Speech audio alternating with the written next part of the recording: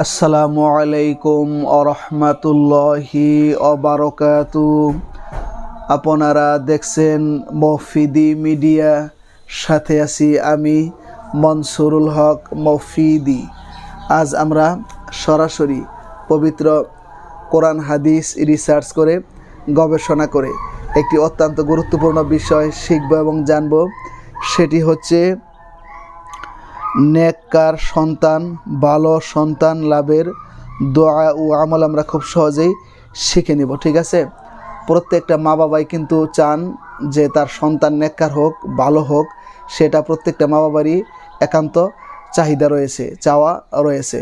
তো আপনার সন্তান ভালো হোক, নেককার হোক, সেটা তো আপনার চাইলেই তো হবে না। সেখানে আপনার কিছু আমল করতে হবে, আল্লাহ তাআলার কাছে আপনার চাইতে হবে।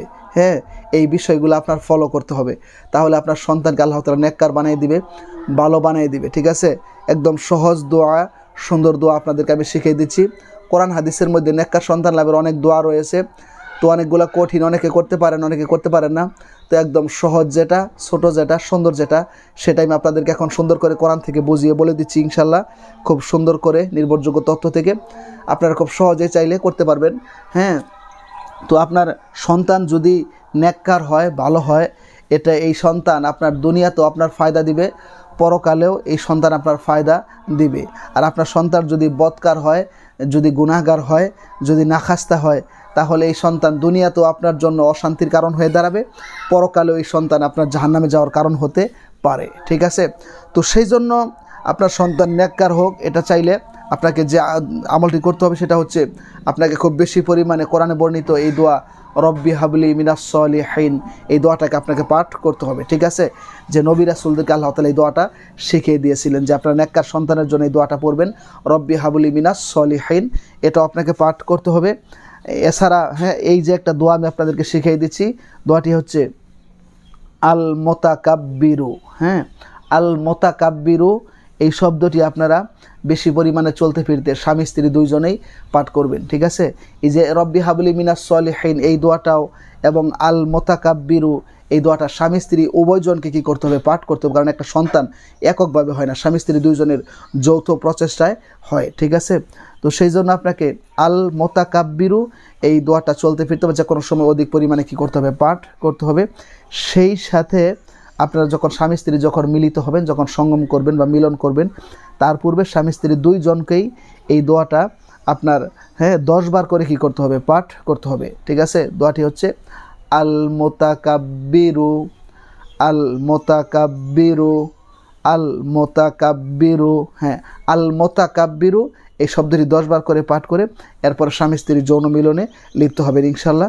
তো সেই মিলন থেকে যদি আল্লাহ তাআলা সন্তান দেয়, তো সেই সন্তান অবশ্যই মা বাবার বাধ্যগত সন্তান হবে, নেককার হবে, ভালো সন্তান হবে। ঠিক আছে, তাছাড়া আপনি আল্লাহ তাআলার কাছে আপনার খুব বেশি পরিমাণে কী করতে হবে? দোয়া করতে হবে। আল্লাহ তাআলার কাছে খুব বেশি পরিমাণে কী করতে হবে? সন্তানের জন্য দোয়া করতে হবে। ঠিক আছে, তো এবং নিজেদের আমল আখলাক চরিত্র সবগুলা কী করতে হবে? ঠিক করতে হবে। নিজেদের আমল আখলাকের মধ্যে ইসলাহ করতে হবে, নিজেদেরকে ইসলাহ করতে হবে, সংশোধন করতে হবে। নিজেরাও যদি গুনাহের মধ্যে থাকি, সেখান থেকে আমাদেরকে কী করতে হবে? বিরত থাকতে হবে।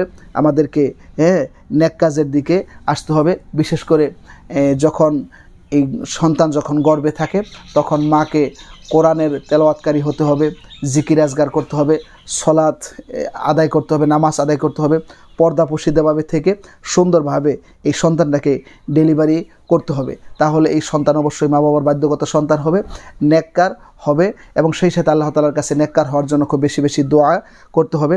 তো আশা করি যদি ভিডিওটি আপনাদের কাছে সামান্য একটু ভালো লেগে থাকে, অবশ্যই ভিডিওটিতে একটি লাইক দিয়ে দিবেন, পারলে অন্যান্য সোশ্যাল মিডিয়াতে শেয়ার করে দিবেন, যাতে আপনার আরেক দিনই ভাই বোনেরা দেখে তারাও যাতে উপকৃত হতে পারে। এবং আমার জন্য দোয়া করবেন, আমি যাতে সুস্থতার সাথে সুন্দরভাবে ঈমানের সাথে থেকে, ইসলামের সাথে থেকে, কোরআন থেকে মানুষের উপকার হয়, কল্যাণ হয়, এরকম ভালো কিছু আমি মনসুরুল হক মফিদি আপনাদের মাঝে বারবার নিয়ে আসতে পারি। সেরকম হিকমত, যোগ্যতা, তৌফিক যেন আল্লাহ তাআলা আমাকে দান করে, এবং আপনাদেরকেও আল্লাহ তাআলা যাতে নেককার সন্তান দান করে, আমাকেও যাতে আল্লাহ তাআলা নেককার সন্তান দান করে, সেই প্রত্যাশায় আজকের মধ্যে এখানে বিদায় নিচ্ছি।